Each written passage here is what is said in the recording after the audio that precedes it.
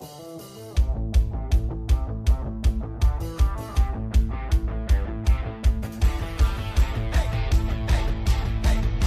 good evening, and a very warm welcome to Rangers Radio.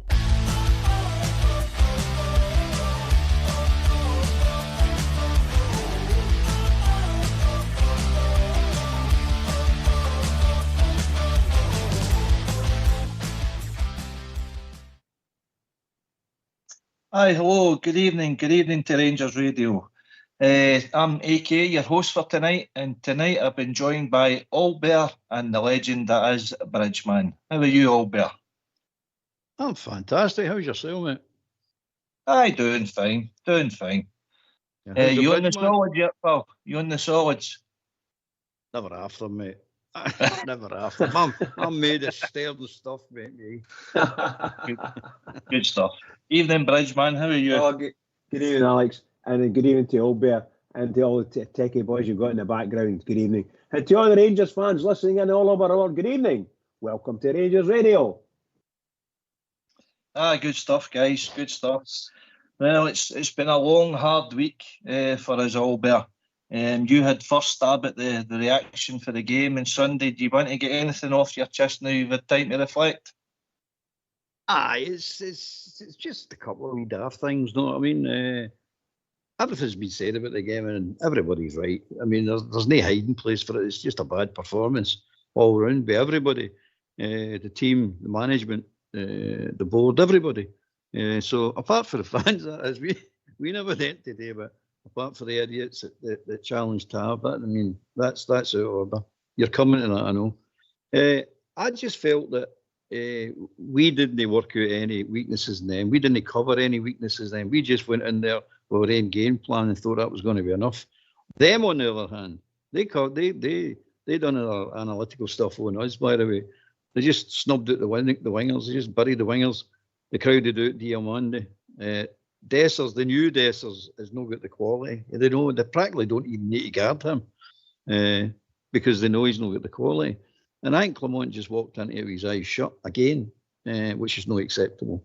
But the biggest problem I've got is the abuse and carry on what Tav's getting. Now, Tav's not my favourite player, never has been, but he does a lot for the team. He does. You go over the years, Fox goes on about it, over the years, the guy's been on the right wing himself. But what annoyed me is they knew that Maeda was going to tear him a new one. They knew that he was going to put pressure on him, and we did nothing to support Tav. We did nothing to help him. They just threw him at the wolves, just on you get on with it. And you knew that guy was going to run riot with him. And he ran riot to a certain degree. He scored a goal, of course. But the big problem and all is you get three headers with three corners. Exact same thing running off your marker because we play that stupid zonal marking. So it always gives the opposition a run on you every time. So he ran off Tav because Tav's not allowed to follow him. He's got to stay in his zone. He's got to stay there. 3 times, Clement done nothing about that as well. That's bad in my book. That is, you've got to look at that and say and change it on the park. You go to the other side, Nat Rodgers is taking credit. I mean, the 10-15 minutes, great.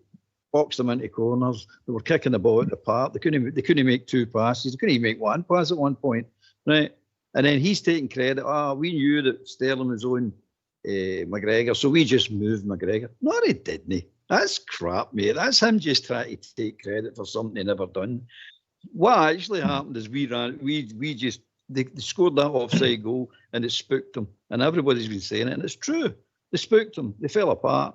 And that shows lack of character more than anything else. You could call it lack of experience as well, but it's lack of character. But it's the Tav thing that really annoyed me. It really did annoy me. So that's no fair. That's simply no fair. And he battled away. And he stole, by the way. Here's a wee stat nobody's even talking about.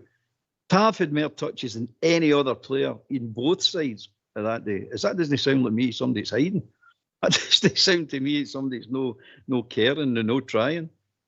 He'd more touches than any player in that park. Right. Are you feeling better now for that? I mean, I'm not feeling down at all. Yeah, I mean, I'm quite confident we'll get this right eventually. We'll get it right. I'm only jesting with you, pals. Fair points, good points, good observations about the touches that Tav took, and obviously the zonal market. I'm not a fan of that myself. Bridgeman, what's your thoughts there? Yeah, I think Albert's absolutely spot on. I think I said something about it the other night. As far as I was concerned, something happened. I've got no idea really what it was, but somewhere around about the time the play up to the point where they scored that goal, and then it was chalked off. They actually tore us apart. That was a fantastic goal. See, if we'd scored that and they got chalked off, we'd have been raging. That was a great goal.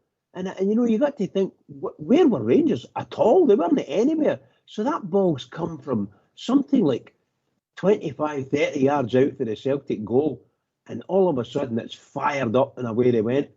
And we didn't cope with it at all. Neither in the midfield nor in defence. We just didn't cope with it. And they put the ball in the net. And I was delighted that they didn't get the goal. But the team must have got a fright when they saw that happening. Because something happened to the team. Something happened to the team at that point. Seriously. And I don't know whether the manager got a fright as well, and could they do anything about it? I think Albert's got a fair point there. Character in the team. I think it definitely spooked him. I listened to the guy Marvin Bartlett that's associated with Clyde now, used to be the Hibs and Livingston player. He was actually at the game, and he actually commented on it to say that the Celtic Park atmosphere, it rose. It was very subdued, say, the first 5-10 minutes when Rangers were, in possession of the ball and taking a wee bit of control of the game. Obviously had a couple of good chances, but we didn't punish them. I said at the start of the week, it was like a boxer, a class boxer, having a look at somebody. What have you got? Nah, you're still no punishes. We're just going to go for yous now.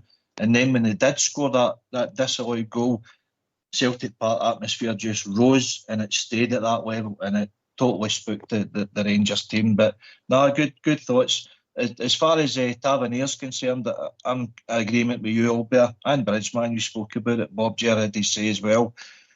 I just think it comes down to, I don't know what, I want to say standards. Standards are slipped on the park, off the park.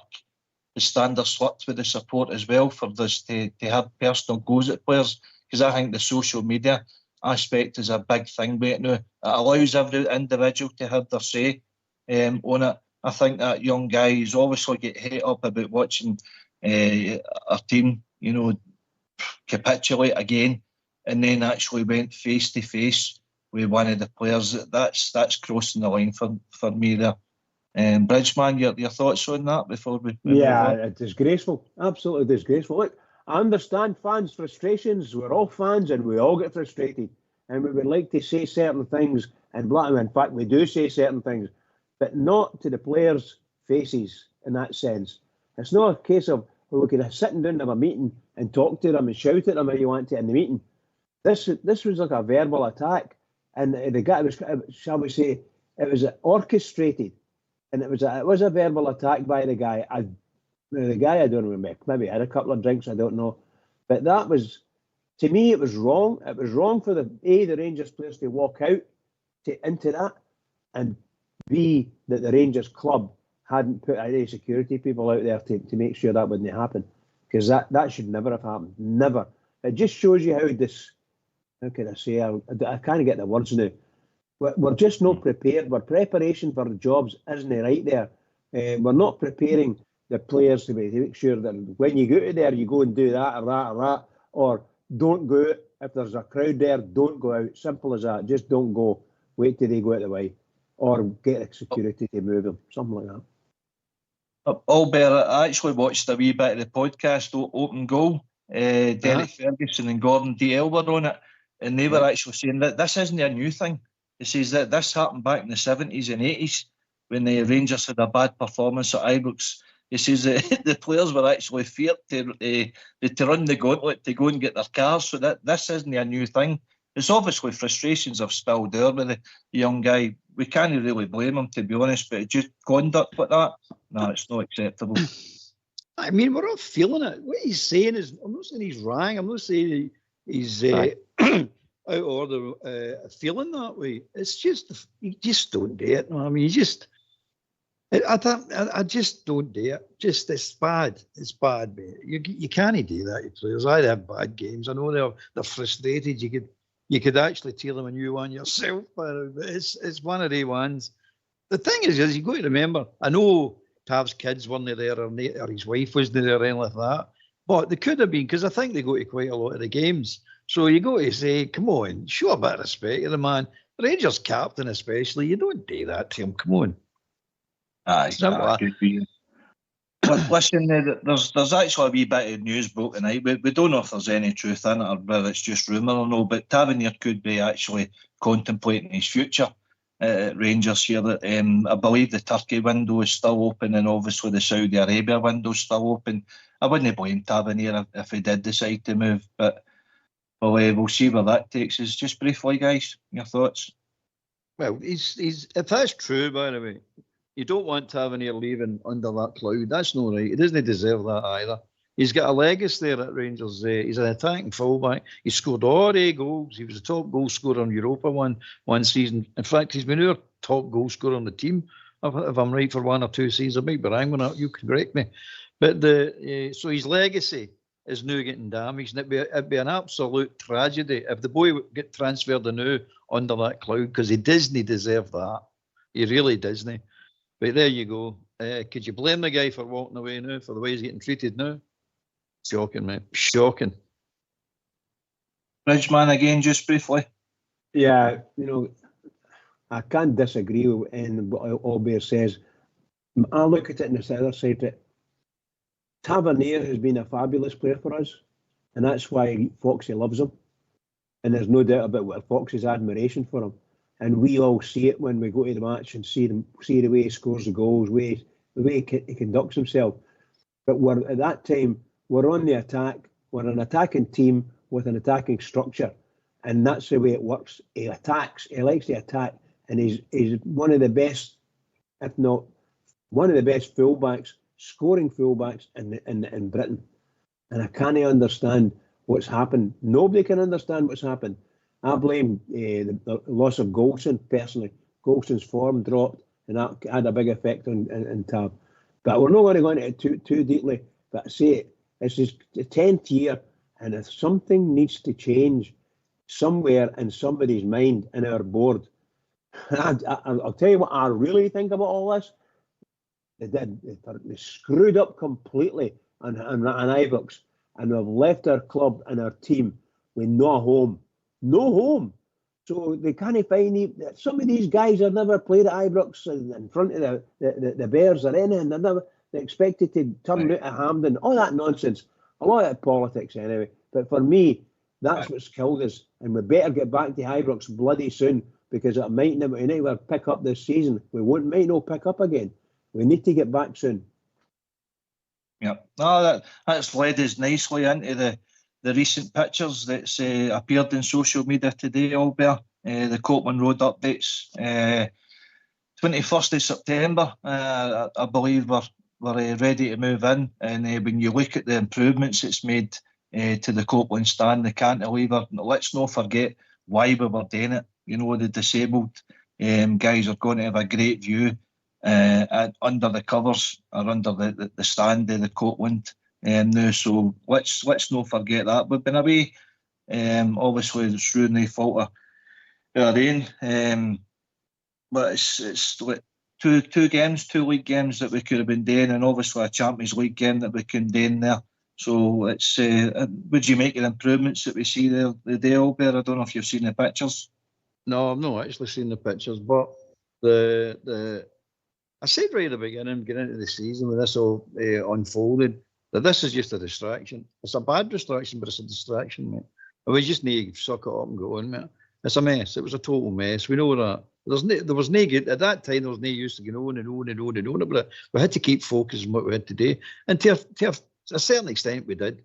I mean, we only get beat one game at Hampden, and that was the above board. Let's be honest about it, because that referee would have checked his bank account definitely the next day. So that was against the Kiev. So we won our league games there, which is fine, and we won a cup game there, which is fine. So it wasn't that much a distraction for us. Now we need to get back to Ibrox, And this is where the real hard work starts now. Now we're 5 points behind. We're into the next round of the League Cup. We've got the Europa League to play in. So just dust yourself down and go on with it. Let's see what's going to happen. I'm not that fussed about talking back the way all the time. You got to look forward and just say, well, hopefully it's going to get better. And you only can say it, hopefully. Nobody knows it's going to get better. It's not going to get better. Nobody knows that for fact, mate. It's I like the look of some of our players. I must admit, I don't like the look of our team because I don't think we're playing as a team, and I don't think we're settled yet. But we're heading in the right direction, mate. I know it doesn't seem that way, but we are. It's early days.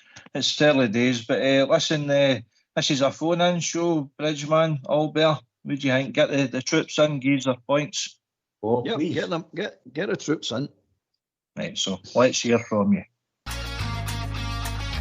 Why don't you give us a call on 0141 356 1972? It's your show, it's your platform. Let's hear from you.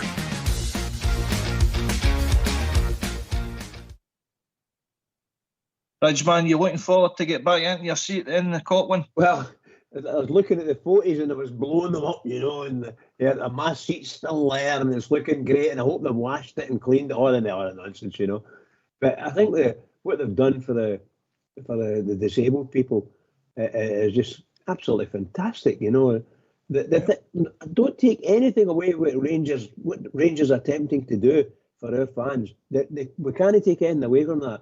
It's the whole nonsense of planning it and what they've done with the orders and what this happened and that happened and all the politics that surround it. For me, and I'm speaking personally, and there might be one or two or even more than that outside in the big wide world of Rangers football, I would have preferred that Rangers shut the Copland, got on with the work, and told the fans, too bad, find a way of getting the working thing in, the cranes, get the cranes out and in, out the way and for the weekend, and shut the Copland off altogether and just play the game in Ibrox Stadium. Every game, Ibrox Stadium, home. At least a lot of the fans would be in their own seat and a lot happier. But we had to get the cranes off the park, so there was Absolutely. a good bit of work the guys had to do. And by the way, with the looks of the park, the ground staff has done an amazing job there, Albert. Obviously, you've not seen but it looks night and day. I mean, the grass was totally dead. I don't know if they've actually replaced the turf. I would imagine so, but the heat lamps that we have on Ibrox constantly, the ground staff at Ibrox are fantastic. Aye, never expected any different, but the other part always looks fantastic when it's up and ready. Every season, this has just happened to be something different, but I'm still expecting it to be looking fantastic. But it's good we're getting back in before autumn. Before autumn, which is the 22nd. So we're in before then. How did we have a summer? I must have missed that. We don't have summers, mate. We have mild winters. That's the truth. It's been nice today, right enough. It's been nice today. Bridgeman brought the sun back with him. I tell you, it was a beautiful day today. Beautiful day. It could have been lovely for the last 4 days, but since I landed home on Sunday night, oh my God, Monday morning I should say, it's been shocking. Or Sunday morning I should say, my time's all missed to hell. I don't know what I'm doing, and it's been freezing. So I've just came in for the middle of the Adriatic and Europe up into Venice or close to up in Trieste, and it's boiling, and we're landing in Glasgow and it's freezing, absolutely freezing. Never mind. Sorry about that, guys. I digress. Did you get in the gondola?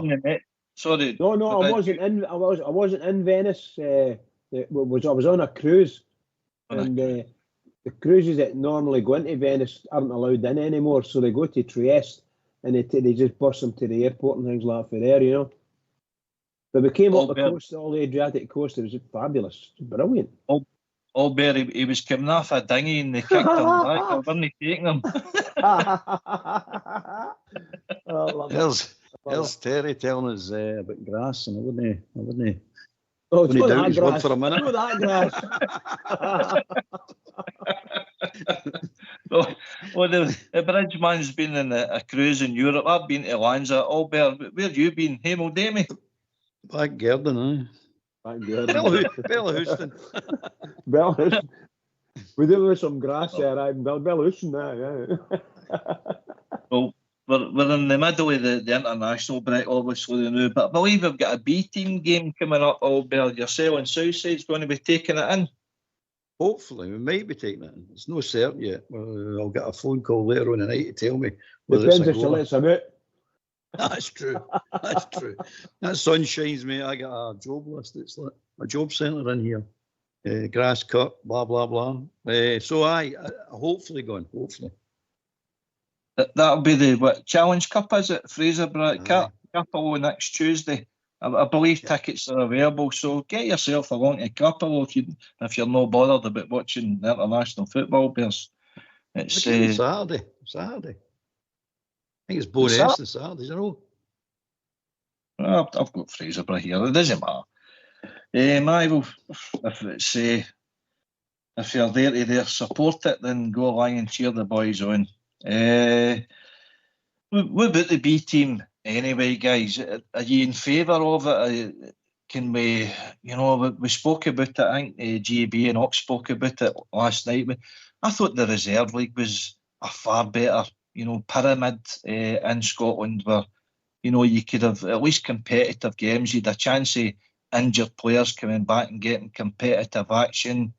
Obviously, the progress of the young fellas, you can learn off it. What's your thoughts on that, Bridgeman? Well, I'll ask you a question. How were Rangers doing in the leagues? Is it the B League? Do you call it that? There isn't any league. No, I'm saying last year. How are Rangers teams doing? Were they doing well? Were they winning? I think they were up second, top, third, top. I think. So that's probably the reason why they don't have them anymore. If Rangers hadn't been playing well, then they wouldn't have bothered. I don't think they'd been bothered. Sometimes when Rangers win, it just shows a bad reflection on the rest of Scottish football, and that's the truth. Two the others in Scottish football. Why are they doing this? And how can we let them win? Blah blah blah. No, that nonsense. That all comes out too. I want to see whatever league. I want to see a proper league that we're playing in, and I'd like to see all the teams involved with their reserve teams, same as ourselves. That's what I want. So you reckon it comes down to a bit of self-preservation again then? Well, I think so, pal. Each other. Yeah.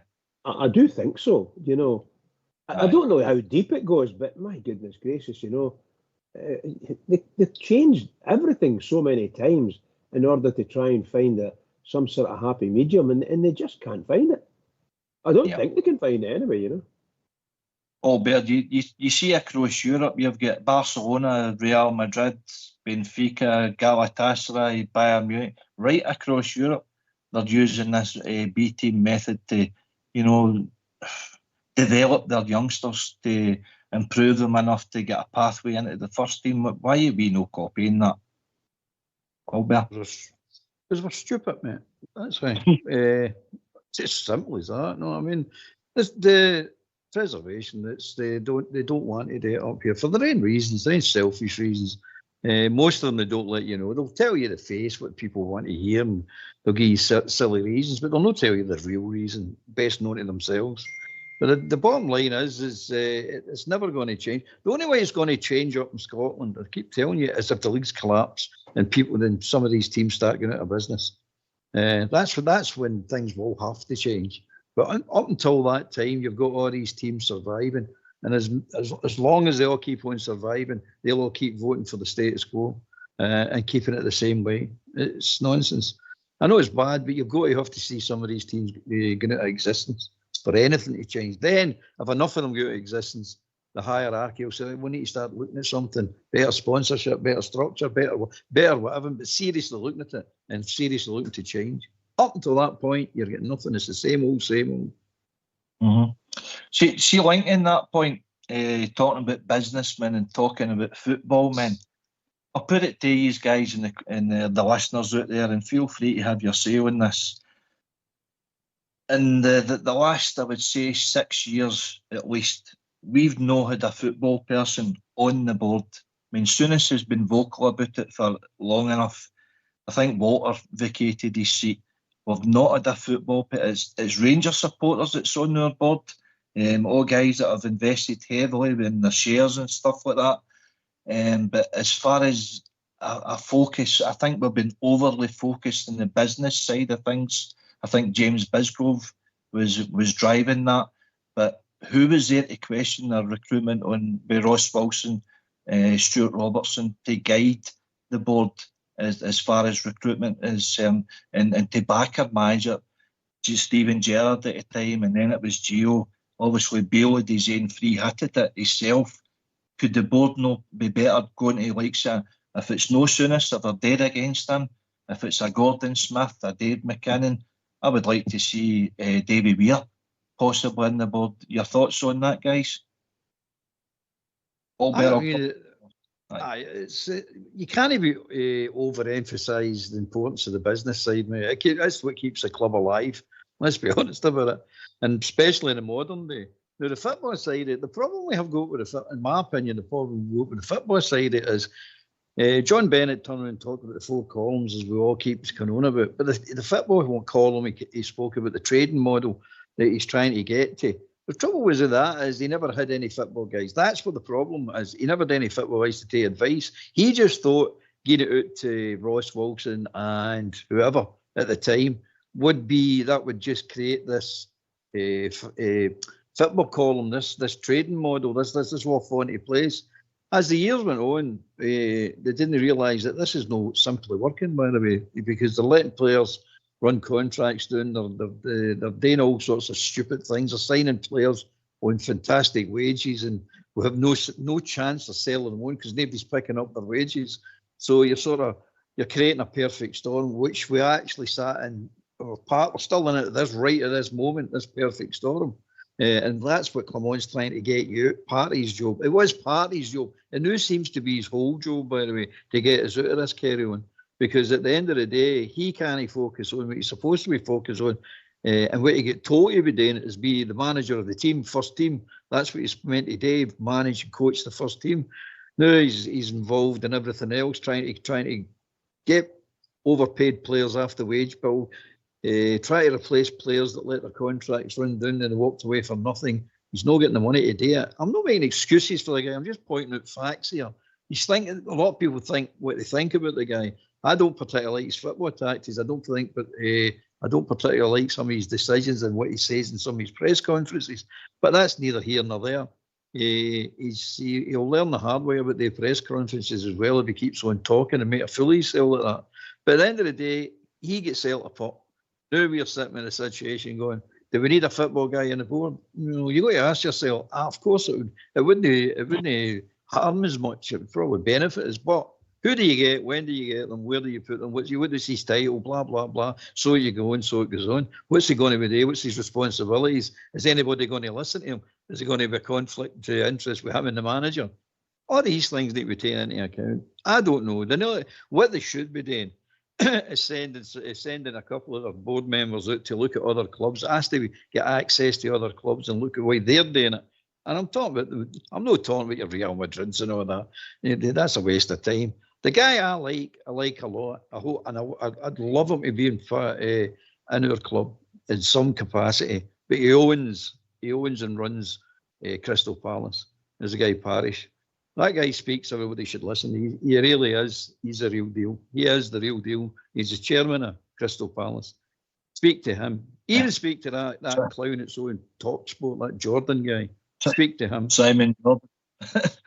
Aye, fair enough. No, fair enough, Albert. It's good points. But I'm just thinking, Bridgeman, learn from your mistakes. The previous board gave Ross Wilson and Stuart Robertson and that a free run at everything.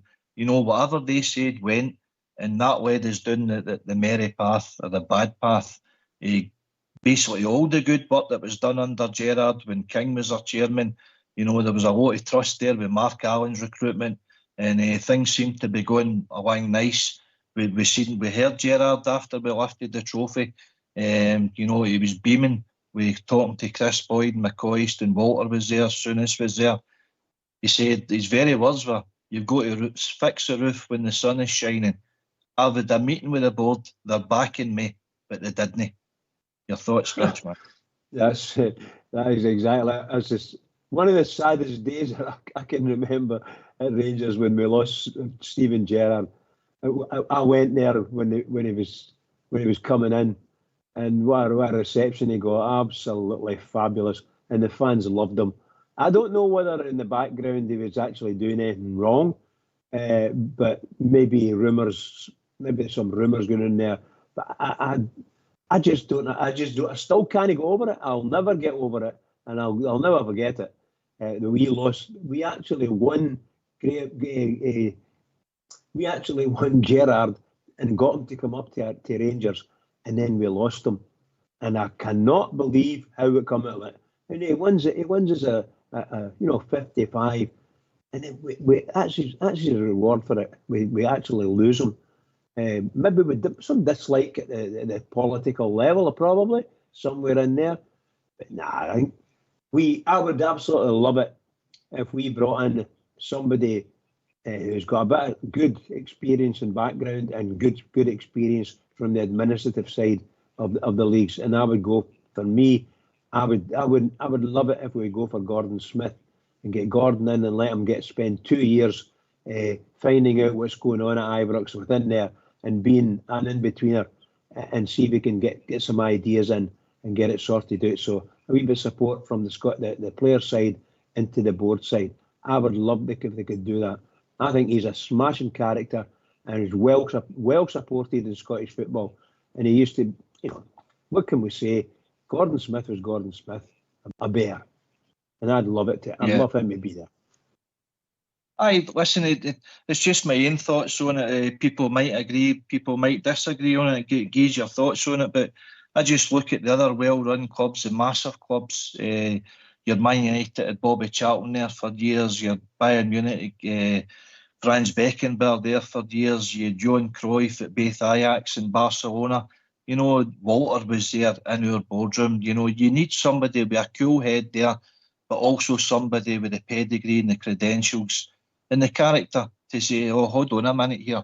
I'm maybe not so sure, but what's that player's stats? I mean, we can all look at player stats whenever, because we're not knowing who the players are coming in the first place, because we're not looking at the Scottish market. It's on a Connor Barron that comes in. We know exactly what the boy's going to bring to the team, but when you're looking at all the recent signings, your Berjami and Kassan and Proper, Enciala, you don't know what they're going to bring to the team. So we're no learning our mistake there for me. I think there's somebody got to be there, just as a soundbite, just for the board. Your director of football, your manager is going to put up the case for a new signing coming in.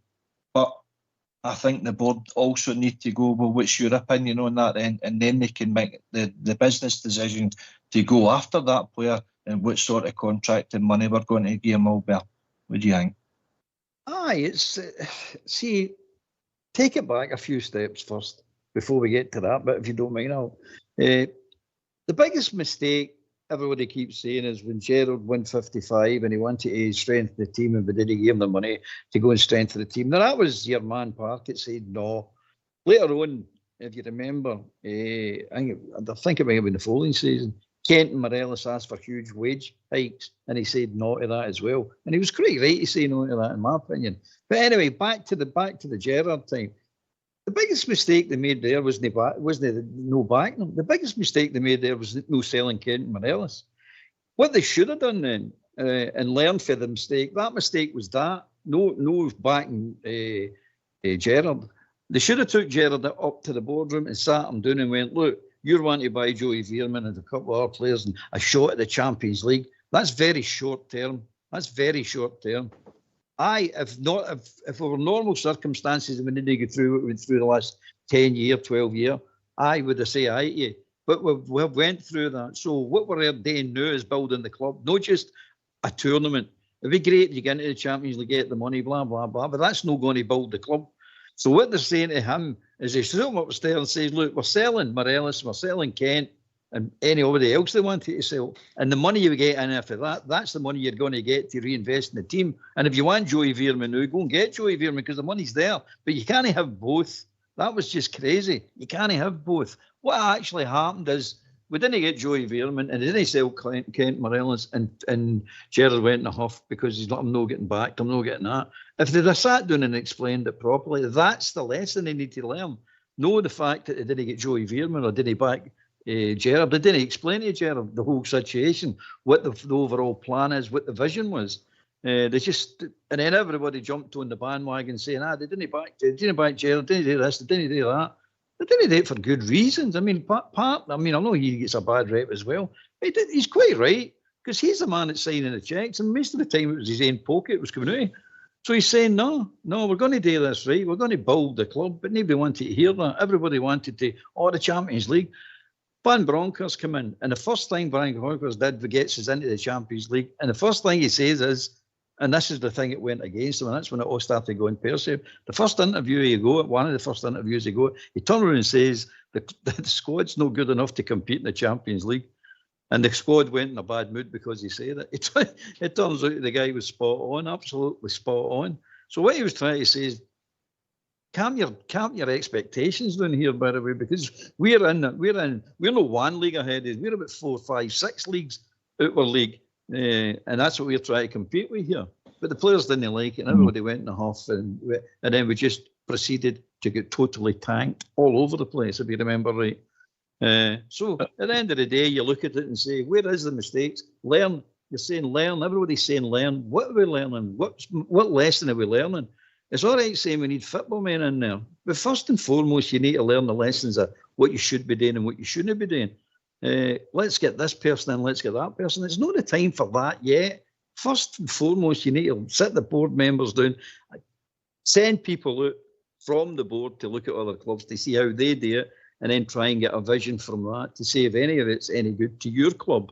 They run it this way, they do this way, pick best practices, sounds good. Take some proper advice before you start committing people to positions and putting names and frames and all that. Aye, fair points, Albert, fair points. But Bridgeman, I'll take you back as well, though. I just get the feeling, when Gerrard came in, right, he did get money. He did get backed because he had a lot of mess to clear up for the Caixinha.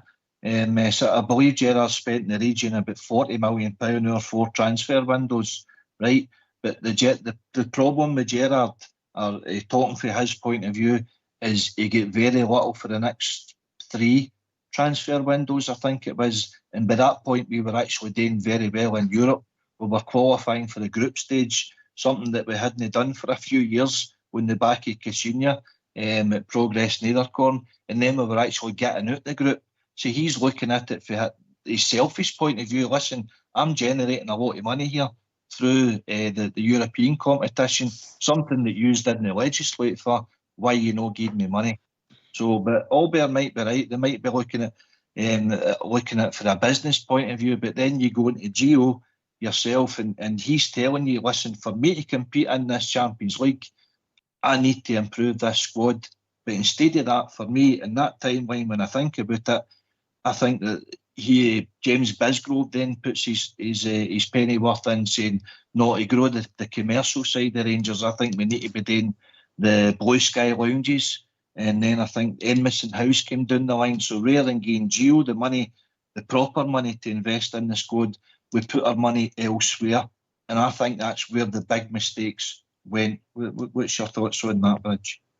Well, yeah, it's really good points you've made there, Alec, and there's no doubt about that. I think that if someone of a world stature as great as Gerrard goes away because this, that, or the next thing, then we as a club must take note. We don't necessarily have to agree with him or anything like that. Take note. What's the reasons for it? And if he says, I've not got enough money, I'm doing well in the Europa, and we're even qualifying from this and qualifying, which we were, and we were all delighted getting these qualifications. And Gio came in and he did the same thing. He got qualified through, and if someone of the world stature of him as well it turns out and says the squad we've got isn't good enough to actually get through and go as far as we would like.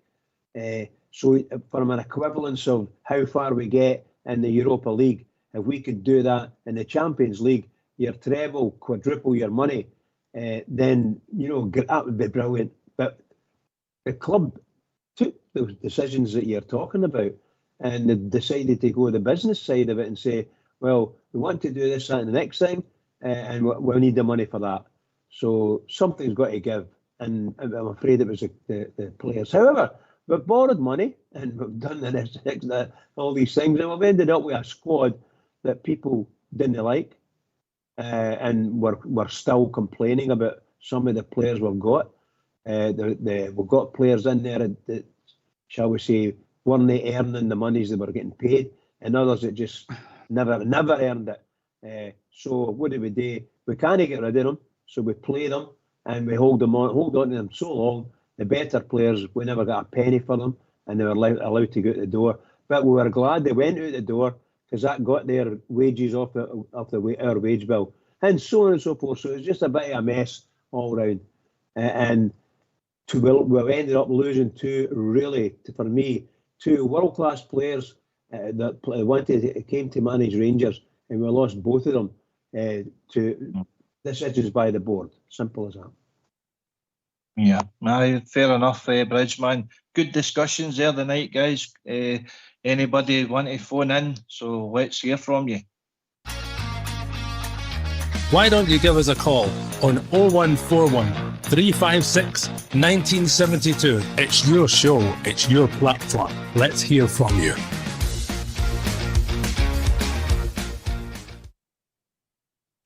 Aye, come on, Bears. Let's get in here and let's hear your thoughts on. You agree with us? Do you disagree with us? Give us your own thoughts and where we're going as a club. We've had good times there. We had 55, won the league with 25 points. Should really have been a treble under Gerrard. We know that. We went to a European final. We come back, won the Scottish Cup, which was good. Unfortunately, we missed out in the league again, but we're missing out in the Champions League money, and that's hamstringing us, because Celtic's going into the distance now, Albert, on all this. You look at their transfer policy and you compare it to our own, it's night and day. So drastic things need to change, pal. It's night and day for the simple fact that we buggered it up. That's why it's there, mate. We buggered it up. We've sat back and watched them lift leagues after leagues after league. We're talking about trophies and trophies and trophies. A trophy haul doesn't really mean anything. It doesn't make you extra money or anything like that in the long term. It's no revenue stream that say, it's guaranteed. It is what it is. But League One and leagues getting into the Champions League does get you money, mate. That's what it's all at. But we sat back for season after season now, watching them lifting that league. And by the way, I'd say the last 4 leagues or 3 leagues, 4 leagues, at least 3 of them they shouldn't have lifted. We should have been lifting their leagues, man. It's just as simple as that. It was just the unexplainable collapses at the end of the season. Nobody knows why. After the winter break, we seem to collapse all the time. They got handed the league as well. That was another £30 million handout to them. Just take the league. They didn't win it. They just gave it. There you are. And we've done nothing about that as well. We sat back and took that. We've been watching dodgy referee decisions for long enough now, especially in the old firm games. We just sit back and accept that. We just accept it all, mate.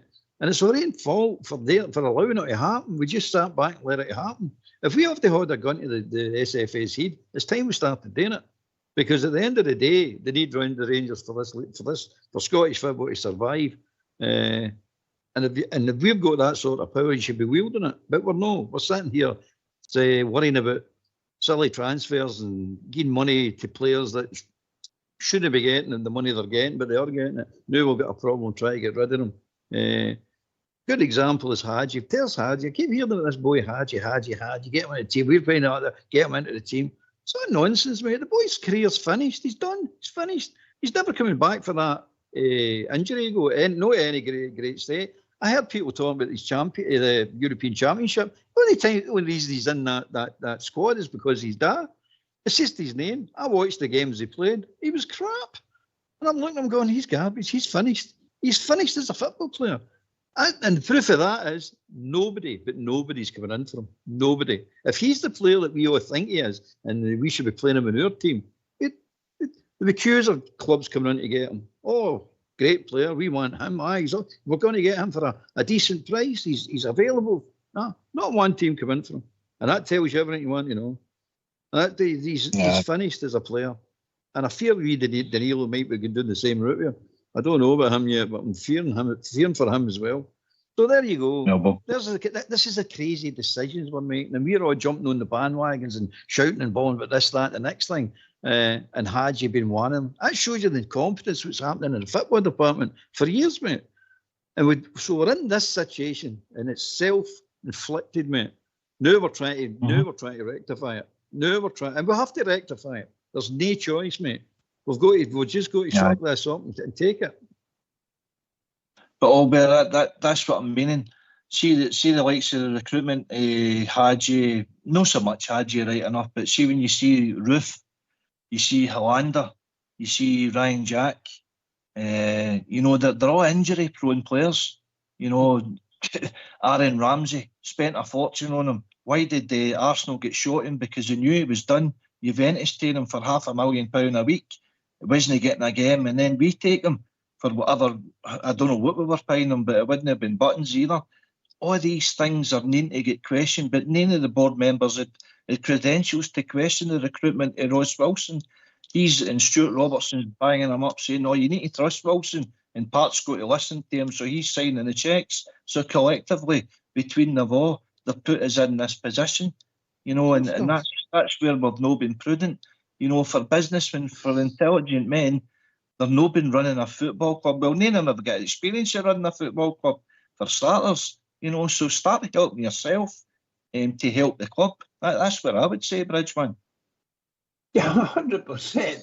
I love the way Albert put some of that stuff, and yourself, of course, putting your bit.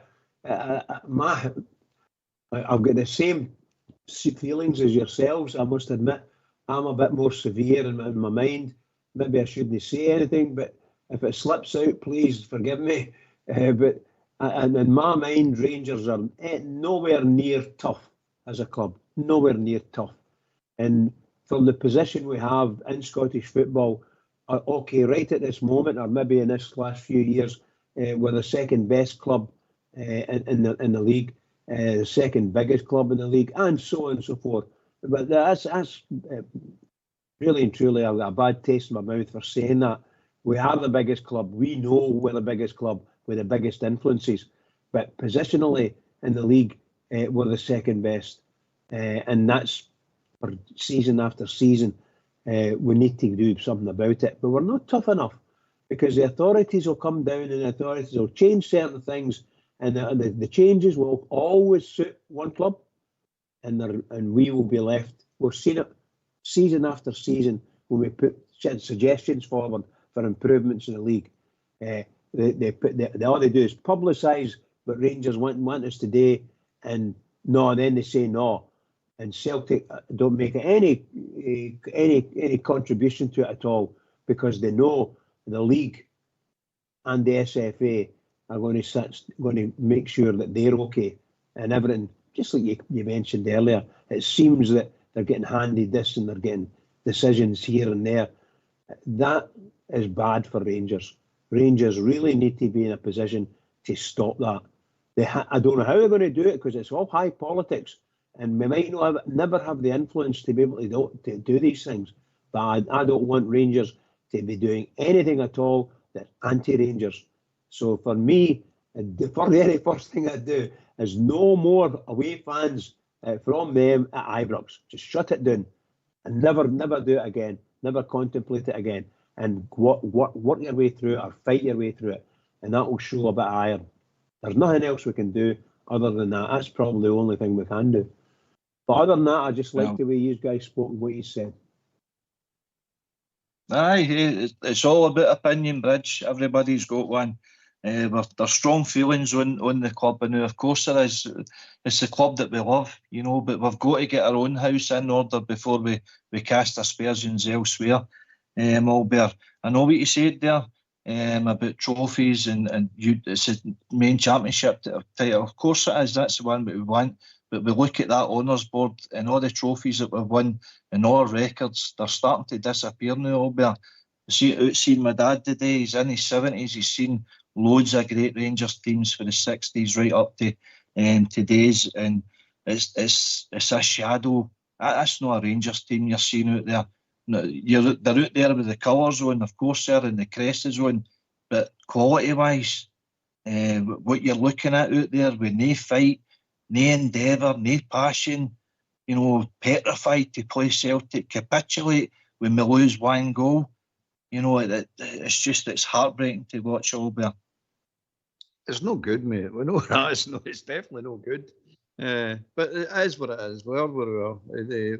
We need to then just try and get out of this. How do you do it? Here you are. How do you do it? I've heard a lot of ideas and a lot of opinions on it. How do you do it? The fact of the matter is, none of us know how to do it. None of us. But what I do know, the Rangers board and the guys on the board are all most of them, I'm taking it, are successful businessmen. Now, in their businesses, did they actually ever appoint somebody in a position of authority or in their business without doing some sort of homework and research on them? So I'm looking at us. How would they know how to appoint somebody? In their own business, they would know because they know their own business. But in a football sense, how do they know? They need to go out and do a bit of research. They need to go into other clubs and find out before they do it. So they know what questions to ask. So they know what they're actually looking for. So they can see what a successful run football club looks like within interior. We don't know. We just keep making these appointments and hoping somebody's going to get it right. Like Robertson saying, "Oh, we need to trust Ross." Why do we need to trust him? What records he got? He's at Southampton. He's dealing with hundreds of millions of pounds at Southampton. He's not dealing with hundreds of millions of pounds with us. You know what I mean? So he's not really built for our club. You need to look for somebody that's actually going to trade their way up in our club. That's what we're looking for. That's what most clubs are looking for in a certain bracket. They're all looking for that genius to come in and go, I know players, I know how to spy a player, I can get a network put together, we can get the players in, train them up, get them playing a couple of years, sell them on for huge profits. That's what they're all. Every club's looking for that. That's nothing new. Every club's always been looking for that. But for our sake, we're a mess because we keep bringing players in. You're saying we don't know, but that's the market we're dealing with, mate. That's where we are. They don't know half the players they bring in and all. They come in with a player from Norwich all of a sudden and it's, oh, look at that. He spent 9 million on this guy. You go, he's playing with Norwich.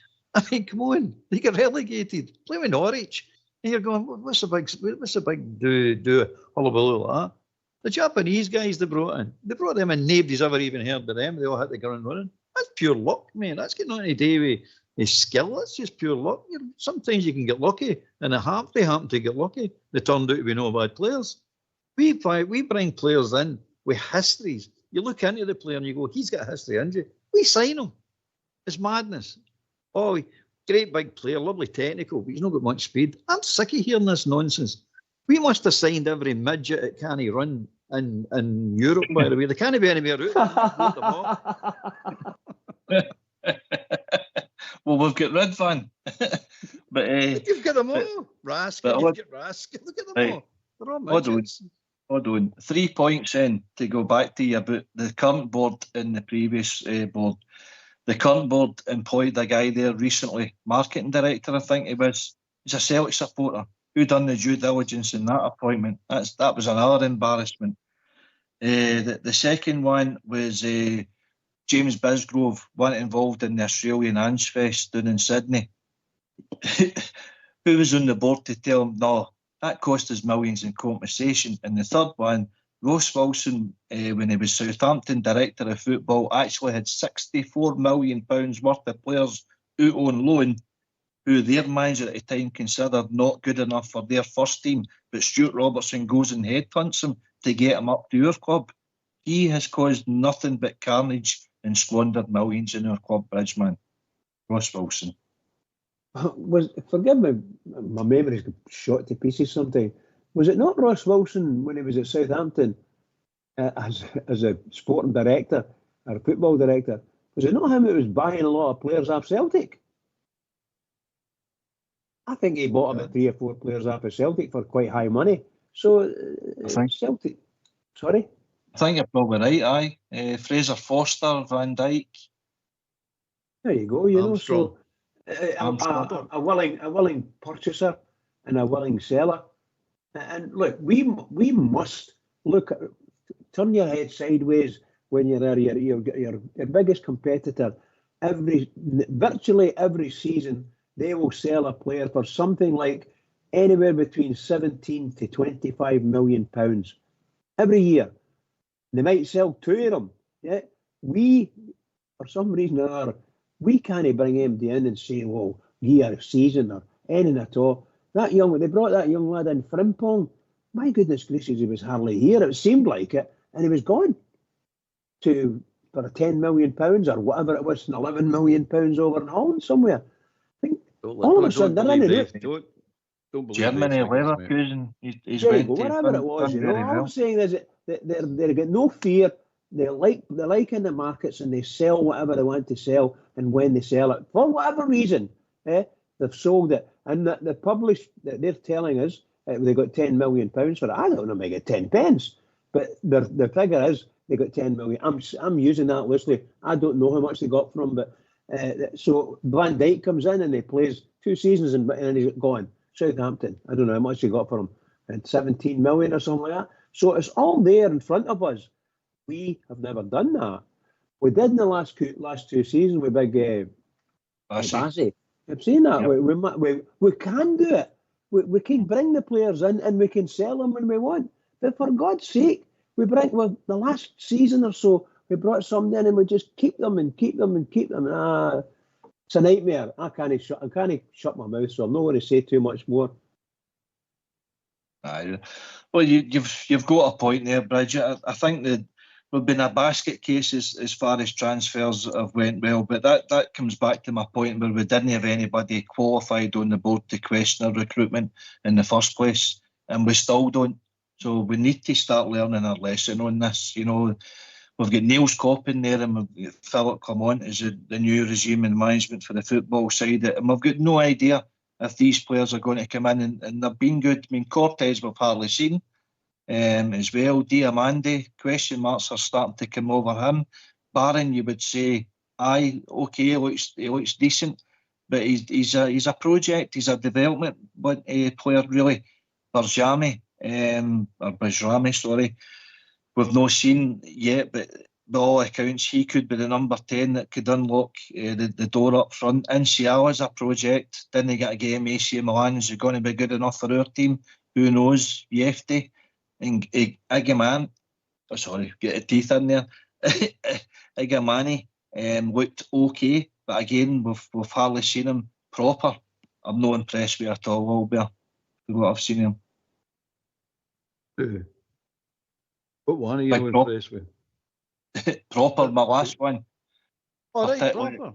He's not finished a game for starters. He's not finished a game. He said 2 games. Too early to say. I'm not going to son judgment of any of these players, to be honest with you. They get maybe quarter a season, half a season, and then we'll say, oh no, aye, maybe, right. But it's too early.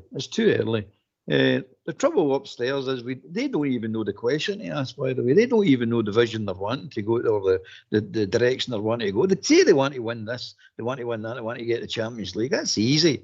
They don't come up with okay, how do you do it?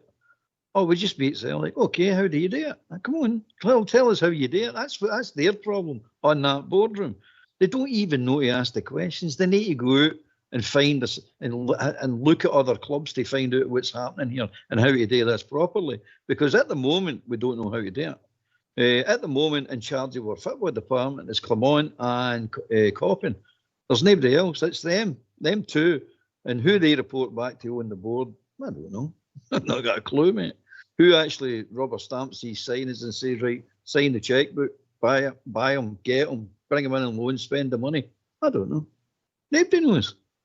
So you're sitting there looking and going, like, we're not a cohesive, tight unit. professional unit that knows what they're doing and knows where they're going and knows how to get there. We've not got any of that, mate. We're just wandering about, bumping into each other in the dark. It's time it's all get put together. The game on Sunday just highlighted the inefficiency of the football team on a particular game and the manager's inefficiency in his tactics. That's all that did. That didn't mean anything else but that, and we lost 3 points. Going forward for that, you look at the players, they're too early in the door. You don't know what they're going to turn out to be. You might not like them with how they're playing these last 2, 4, 5, 6 games. You might not like them. But give them time and let's see where they go with this, right? Going forward as a club, that's the bigger problem, mate. Going to part that now, pal. We're overrunning on our tune, so go and put yourself on mute. We'll listen to the tune, then you can come back in. Thanks, pal.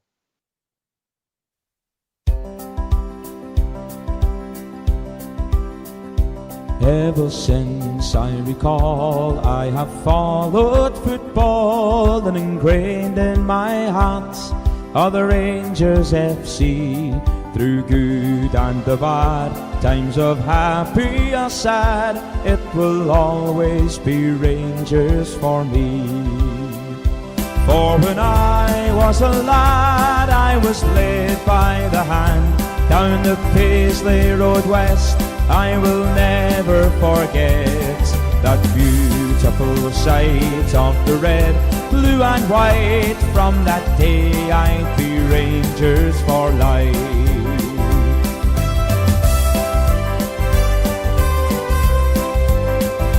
And I vow to my dad, if I too have a lad, I will show him the way as he did on that day. So now here I stand with young Lyle by the hand, after walking down Paisley Road West. For when I was a lad, I was led by the hand down the Paisley Road West. I will never forget that beautiful sight of the red, blue and white. From that day I'd be Rangers for life.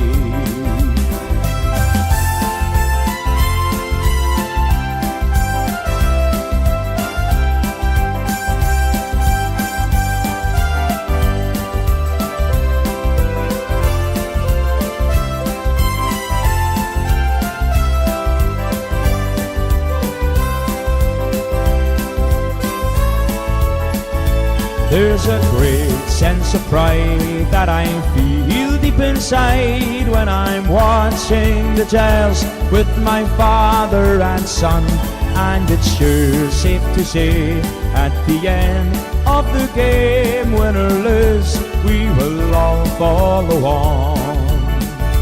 For when I was a lad, I was led by the hand down the Paisley Road West. I will never forget that beautiful sight of the red, blue and white. From that day I'd be Rangers for life. For when I was a lad, I was led by the hand down the Paisley Road West. I will never forget that beautiful sight of the red, blue and white. From that day I'd be Rangers for life. That beautiful sight of the red, blue and white. From that day I'd be Rangers for life.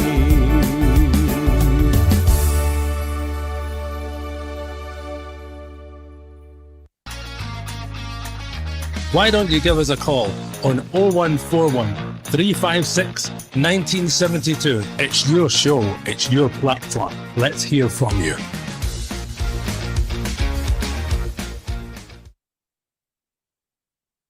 Hey, Albert, you had a deep breath. Go and finish your point. My point, I mean, I'm starting to repeat myself. I've come out it 2 or 3 times. But the bottom line is, you know what I'm saying, that before you start jumping all over the place, putting people in positions, let's actually sit down and think about it logically. And let's look, say, these guys are professional businessmen. They know, they've appointed people in their own businesses all over the place, mate. There's a certain way you go about your work, by the way. You just don't panic and jump in and go, we need to get this guy. Like, no harm to Bridge, and I'm not getting to you, Bridge.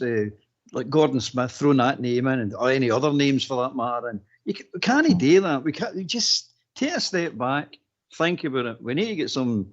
We need to get some experience, and we need to get some vision of what other clubs are doing. You see, successful clubs I'm talking about, and then take it from there, right? Then you'll get then for that you build of it. You get a vision, build a dream, and then you for that you then start putting in people in positions, research who they are, put them into positions, and let's go forward that way. It seems more logical to do it that way in my mind than it is this just panicking and bumping into each other and all around and shouting and bawling about well this, that, and the next thing.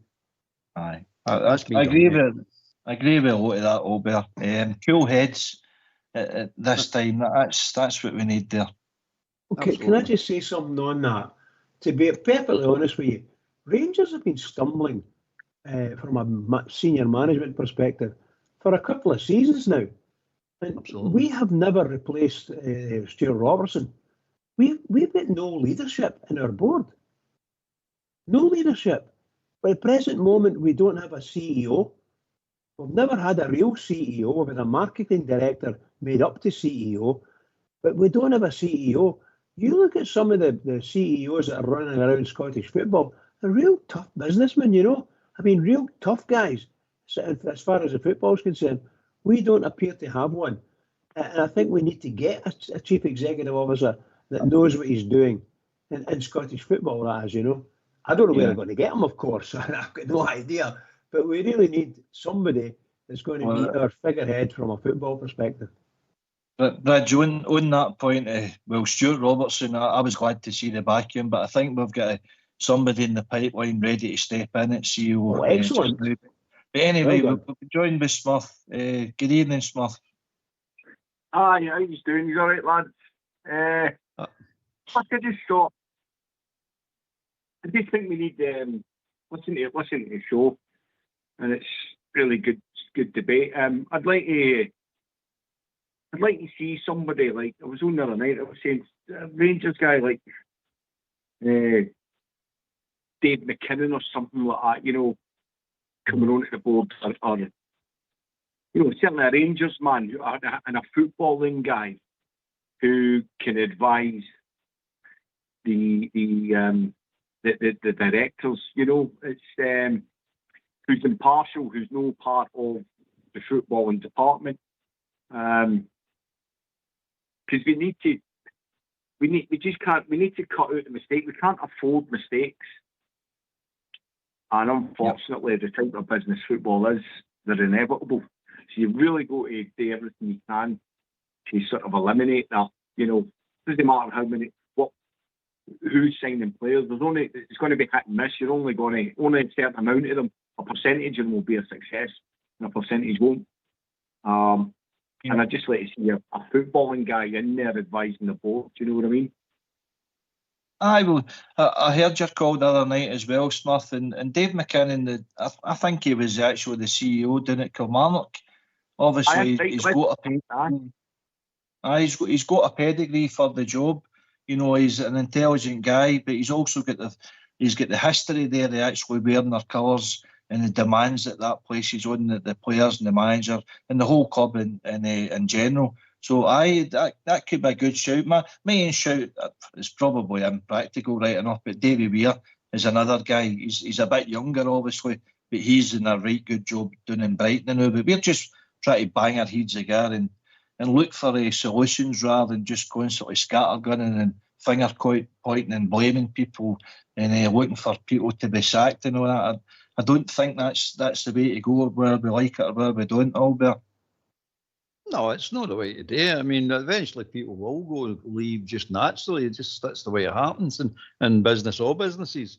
But at the moment, it's a case of what do we want first and foremost? And you need to ask and answer that question collectively. Not the support. The support want victories. The support wants the league. Sport wants trophies. That's all the support want. We all know that. We want the survival of the club and to be healthy going forward, so we can pass it on to future generations. That's what we want. That's it for the support. For the board, what do they want? How are they going to do this? Now, obviously, they're businessmen. They're wanting money out of this. or they're wanting more investment in whatever way it comes. I'm not particularly bothered myself, but they're at the head of the club taking it forward. Now, it's all right being ahead of something.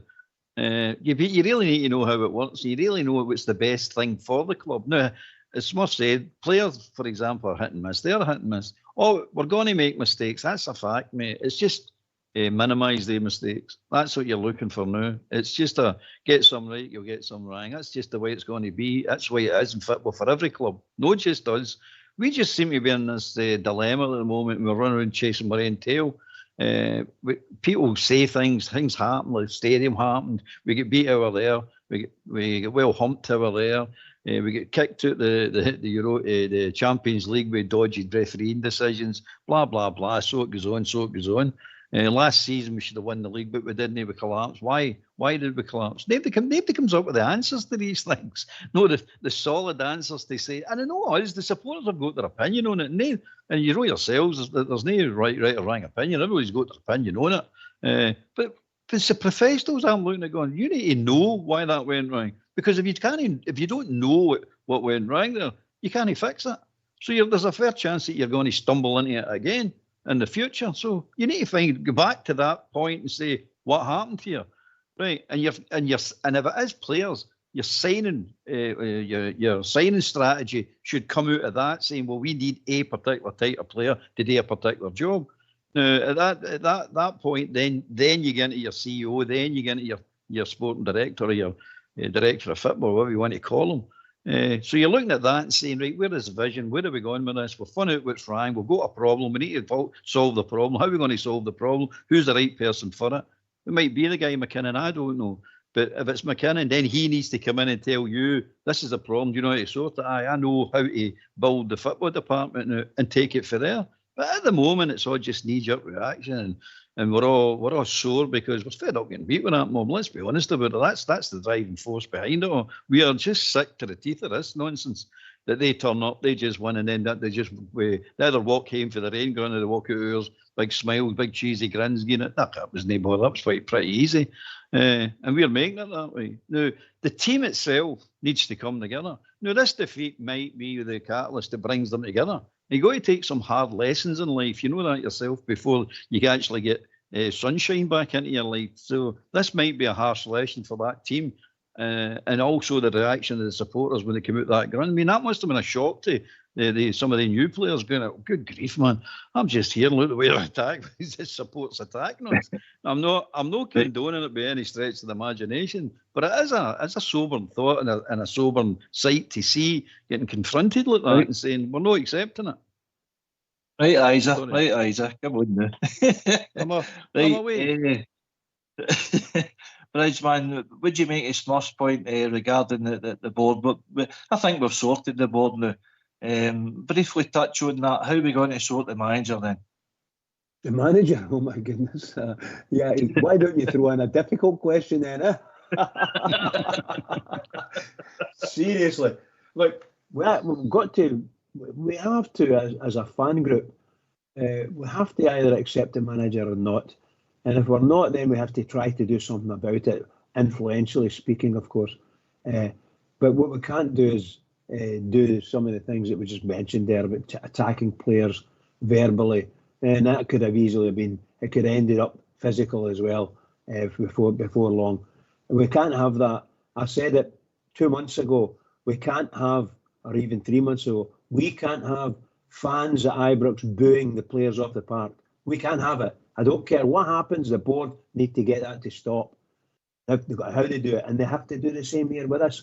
We can't have fans sitting about or standing about Ibrox waiting to attack the players as they come out. And then the manager, well, I've had to say that. I just had to say that. The manager will have to make a decision as a fan group. Do we want him? Do we not? If we don't want him, then the board's going to have to be asked the questions. If we do want him, when we have to support him, and the board have to support him as well. It has to be 2 and 1. The two must go together. Right? The manager must be supported by the fans and the board. And I don't know if the board's doing it. Maybe they are, maybe they're not, because we don't know. But based on what we've seen over the last couple of days, maybe a couple of weeks, the manager seems to be under a wee bit pressure. I I don't know. Yeah, maybe you guys don't see it same as I do. I just think the manager's under pressure and he's under his own. Maybe he's made it all himself by thinking he's going to win these games. This is no picnic. The Scottish League is no picnic. No matter who it is, it's no picnic. Every team's out to beat you and out to beat you badly. And we have to get that into our mind as a team and as a club. We know it. The fans all know it because we see it for years and years and years. But the players need to see it and need to see how to do it. The manager must start to understand it. That must happen. It must happen very quickly because if it doesn't happen, then I'm afraid that Mr. Clement will not be there by Christmas, and I think maybe before that. But he has to start winning games, and the board are doing the right thing and getting us back into Ibrox. Get him in as quickly as possible back into Ibrox, and that'll give us a chance as a fan group to start to mix and match with the shall we say the new team, because it's quite a new team. And it lets them hear what Ibrox is like when they support them, and they'll build into that, and I'm sure they'll come good. But we need to give them. They need that month or two's time to be able to get in there at Ibrox and get the Rangers feelings in the fan group together again, because they're a bit desperate at the moment. Hampden's ripped the spirit out of us. Right, Smurf, and then we'll get Graham in. Smurf, what's your opinion on Allburn Bridge? With regard to the manager? Aye, just whatever your thoughts is with the board. So essentially he's come in and he's fresh. He's played for a big club in Belgium. He's come to a big club in France. He's applied a bit of common sense. There's always a bounce. You get a new guy, a feel-good factor. He's galvanised them. And really and truthfully, Sue went on and won the league, right? And I don't put the blame of him no winning the league at his door. But reality bites. And in this wee country, where you've got two gargantuan, freakishly big clubs that really have no business being in a country our size, if you're second out the two, it doesn't matter how well you're playing or what results you're getting. See if you're second in that league, you're under the cosh, and it beggars belief. I mean, the hysteria that goes with it, and that's him. That's a baptism of fire, and he's had that now. Now he knows what it's all about. It's probably taken him aback. He's under unbelievable pressure in that goldfish bowl, and now he's got to go and deliver. He needs to stop talking so much and being a wee bit more cute about the media, I think. And I think going forward in terms of signings, he needs to get a spine for that team. He's got two steady Eddies at centre half. He's got a decent keeper who's got a confidence crisis at the moment. He's got two steady Eddies at centre half, big soapy suitor and proper. There's a young boy that came in from Milan who's a project. And you've got Balogun, who'll be out the door at the end of the season, and then there's a Dutch boy that's come in, and we don't know how that Dutch boy is going to show up. Depending on how all that pans out, how that Dutch boy goes up, he's got to go out and get a quick, powerful, aggressive organiser, a centre half, a proper centre half that's going to galvanise that defence. If this boy can't do it, it's got to be him. He's got to go and buy one. He needs a number 6, and he's got his 10, and he needs a striker. The big man up front, Dessel, could get you 20 goals a season, but he'll cost you the league, ironically. He needs a proper striker that is dependable. He's going to get 2 chances in the game, he's going to bury one of them, guaranteed. He needs that. He needs a spine for that team, because he's not got a spine for the team. And I think if he does that, he'll do well going forward. But I think the fans as well, they're emotional, and just need to have a wee bit of emotional intelligence. Doesn't matter what we do. Albert said something earlier, the club's got to survive. What that legislation that came in for that financial fair play is the best bit of legislation that's come in football in 30, 40 years probably. Because it guarantees the future of the club. It keeps clubs solvent. If you actually read it, it gets solvency of clubs at its heart. So that's going to be a guarantee. But it'll fudge you back in other areas. You can't just go and buy success. And so we've just got to go through this process. And that's just going to take time. And the man needs to be given the time. Anyway, that's my answer. Aye. Listen, I'll respond to you the now before I bring in Graham. I see you there, Graham. Just gives a wee sec. See about the financial fair play. I've read up a bit of it myself, and I agree to an extent what you're saying. It guarantees, the future of the club, and we're not going to go into financial difficulties again. But see the downside to it, though. How do you catch up in a club like Celtic, like other clubs around Europe? It's impossible. See if you look at the monopoly that the UEFA's created there with the Champions League and the domination of the teams now, it's starting to happen right across Europe. Your Man City's winning 5 out of 6. Your Bayern Munich winning 12, 13 titles in a row. PSG are similar. Juventus were similar in Italy. That's what it's creating.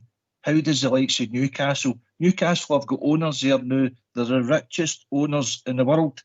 They've got a fortune there worth 320 billion, but they can't spend any more than what their income allows them to do. So how do they catch up with a Man City? It's near impossible. So your recruitment's got to be bang. No, it's no, mate. It's not impossible. They can't. The teams you're talking that are ahead at the moment won't remain ahead because they can't go anywhere. They're spending as much as they can spend. So that eventually it will level itself out. It might take 5 years, it might take 10 years, but eventually it will level itself back out again. At the moment, if you've not got that fair play, and and I know, well, Newcastle just go to spend and bring in as many players as they want. Any price doesn't matter. That's what I'm saying. If fair play wasn't in place, they would just go and do that. Right. So Manchester City tried to do it, right, and they did it to a great extent. It's not right. It had to be brought in because what we're just explaining here and talking about would have happened. It would have came to pass. It was already well down the line. Now you're saying it's that one. They've all had their shot at it, but the ones trying to catch up are not going to catch up because they don't get a shot. But the ones that are ahead, they're not going to remain ahead because there's ceiling there now. They can't go beyond the ceiling. So it's steady progress and catch them up again. It'll level itself out. Just look at what Man City spent this year. Look at what Man City spent. Smurf, sorry, pal. We can come back to you on this. We've been joined with Graham here. I'll come back to you. Graham, what's your thoughts, pal? Welcome to the show. Graham, you there? Are you on mute? Right, Smurf, go and see. Oh no, there he's here now. Right, Graham, I can hear you now, loud and clear. What's your thoughts? All we are seeing now, to bring up your last point, is the result of Peter Lawwell sitting at the European top table. Everything's to suit them, and that's what's been going on. But that wasn't my point that I wanted to come on and talk about. What I wanted to talk about was our poor signings. We signed Igmani as a centre forward. Even Souness came out this week and said that's not a Rangers man. Do you not agree? We need somebody like Lyndon Dykes in the club. That would be an easy signing instead of QPR. Do you understand what I mean, gentlemen? A real Rangers centre forward, a big man. Well, I'm not so sure Lyndon Dykes might be that guy. I don't rate him personally. I know what you're saying. We at least know his credentials, and I said that actually earlier. Listen, Iganami, we don't know what he's going to bring to the table. I know exactly that. We don't know what they're going to bring to the table. What's your thoughts on that, Albert? Iganami or Dykes or whoever, it doesn't make any difference. The problem is you need to get a team spirit. You need to ingrain this into the team. To me, my mind is when they actually any of these players arrive, they get the fear of God put in them. Do you know who we are? We're Glasgow Rangers. We're used to winning. All the blah blah blah stuff. And before they even pull the strip on, man, they're going, oh Christ, I'm under severe pressure here. They don't even get to meet anybody before they feel it. is you've got to settle down and say, look, we're all in this together. We need to get this team spirit going.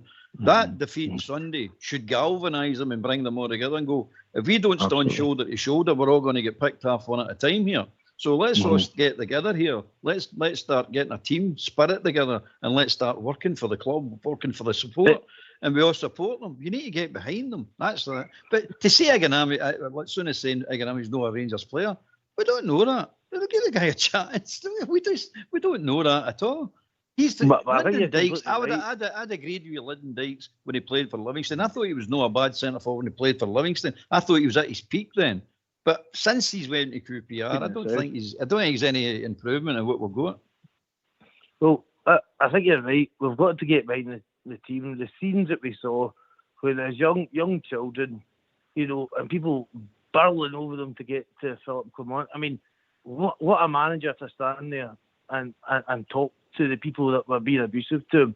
That's not the Rangers way. There were children there in that video. I find that a disgrace. That's not my Rangers. That's not my Rangers. Yep, no bother. Smith, you want to finish or touch on that and finish off your own point? What you were saying about the financial fair play and stuff? I just think that I think the landscape's changing and it's slowly changing. If you look at the boy Mbappe, went to Madrid, how much did he go for? What was his transfer fee? What was Messi's transfer fee out of that club? What was how much has PSG spent this year? How much has Man City spent this year? Comparative to previous years, things are changing, and don't get lost in the mire of UEFA bringing in that legislation.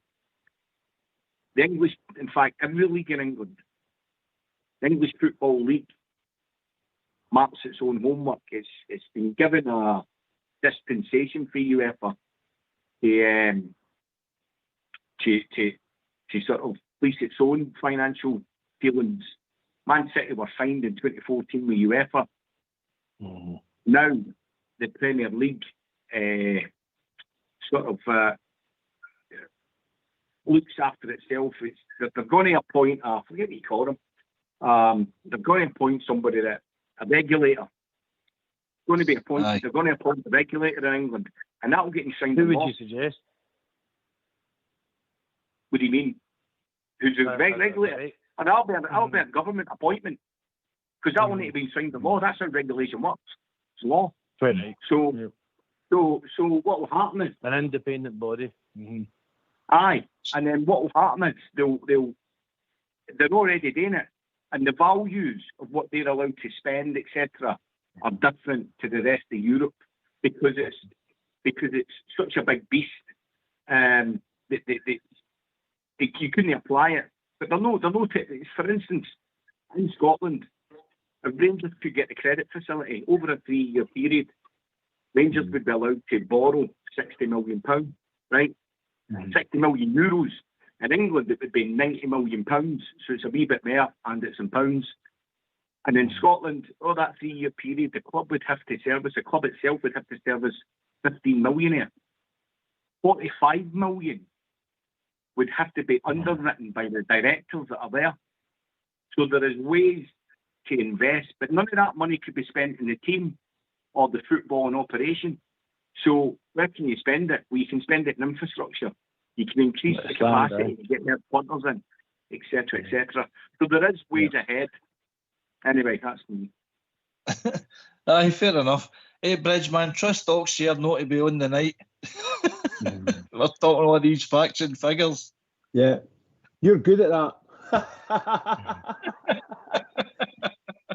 Sorry, gentlemen, can I make a point just following on from that? Graham, go and let Bridgeman finish first, please. And if you're not speaking, you put yourself on mute. Thanks. I think I'm it's on mute. quite, Thank you, sir. I think it's quite fascinating. Listen to these talking about what's happening, and the stuff that's happening in England is beyond your imagination.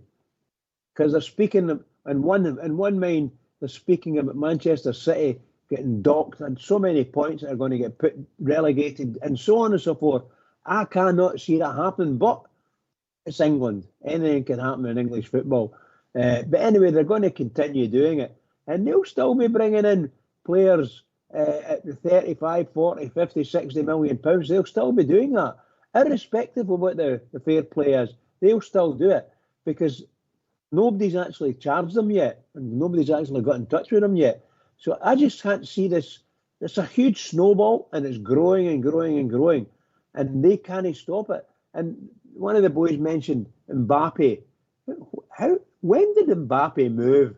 You know, and how much was it for? The question, I don't know. Is anybody going to own up to say how much Mbappe moved for? Is there too much tax involved? Sorry? Zero, mate. Yeah, I'm Moved saying for that. zero. Of course, well, we can say we're getting told is zero cost. Personally speaking, it's probably about a billion euros. That's probably where it's been.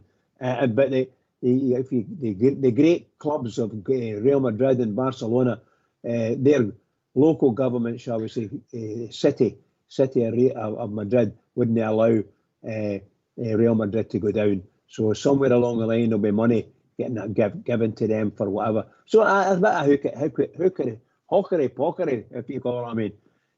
I just don't see. I think Man City will do the same thing. I just don't think there's anything going to stop them.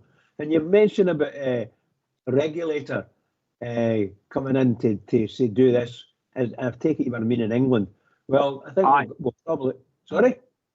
That's right. Yes. In England. And you'll need a regulator in Scotland as well. Well, that's another job for him at Celtic. What's his name?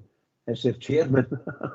That'd be another job for him or one of his cronies, you know, because it ain't going to go Rangers' way, that's for sure.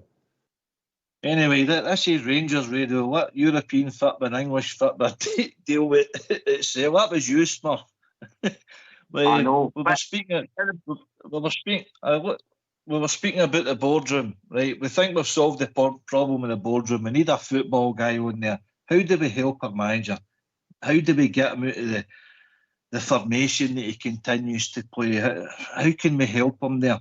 Because I don't think the board have already come out with a statement that we're all in. That this is the buzzwords that they're coming out with. So they see him as the guy that's going to get us out of this almighty problem. How do we help him? How does he help himself, Smurf? Well, you get a Rangers guy in that knows Scottish football. Do you think the students coming in, right? He appoints a number 2. Alex Ray is really going to sort of try and do a Walter Smith here. Walter Smith knew the Scottish football landscape. He was tutored under the great Jim McLean at Dundee United, and he was a very, very good coach in his own right, and he understood Scottish football. Clement Disney and Alex Ray really needs to be communicating to him that he needs to be a bit more pragmatic.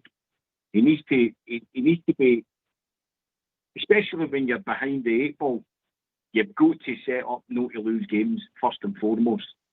And the longer a game goes on, you might nick it. He's going out in that Old Firm game into that Lions Den with a load of guys that have got no idea, dear me, what they were walking into. Aye. And some would have been over it before, right? But a lot of them hadn't. And to go and try and win that. And for the first 10 minutes, it looked brilliant until the big hole at the back. Good for him, Conor Barron, running about like doing he trying to plug that hole. And what happens? You get beat. And it was always on the cards. He needs to be more pragmatic. He needs to set up to be difficult to beat. And then as the game goes on, like you were saying the other night, I think it was yourself that was saying that Matondo's an impact player. And he is a guy you can bring on at 70 minutes with the pace and all that and maybe try and create something, you know. He's got to be he needs to be a pragmatist to get anywhere, especially when you're playing second fiddle. Aye, but no, Matondo's no an impact player if he's injured though, and that was a bad call. Oxford picked up on it right away, basically, as Allbird is. So, Graham, how do we help our manager, pal? What's your thoughts? I mean, how we help our manager is getting back to Ibrox and getting right behind the team. There's players there that are low in confidence. There's a support that's low in confidence. But we are Rangers Football Club. we bring our sons to the game and we understand what it is. It's an easy solution. We all know football. We need to stop all this tippy-tappy nonsense. We need to get back to getting the ball in the box and getting goals and get the confidence up. Dazers, he'll do for just now. He'll get his goals if we get it to him, I think. But there's no magic wand. We're not back to Warburton days. There's nothing magic. It's just belief now, and we've got to have it. And that's what I think, gentlemen.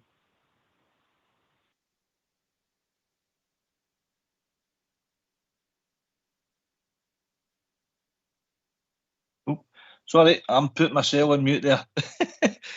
Good points I'm saying there, Graham. We're into the last half hour of the show, so let's hear from you. Thank you.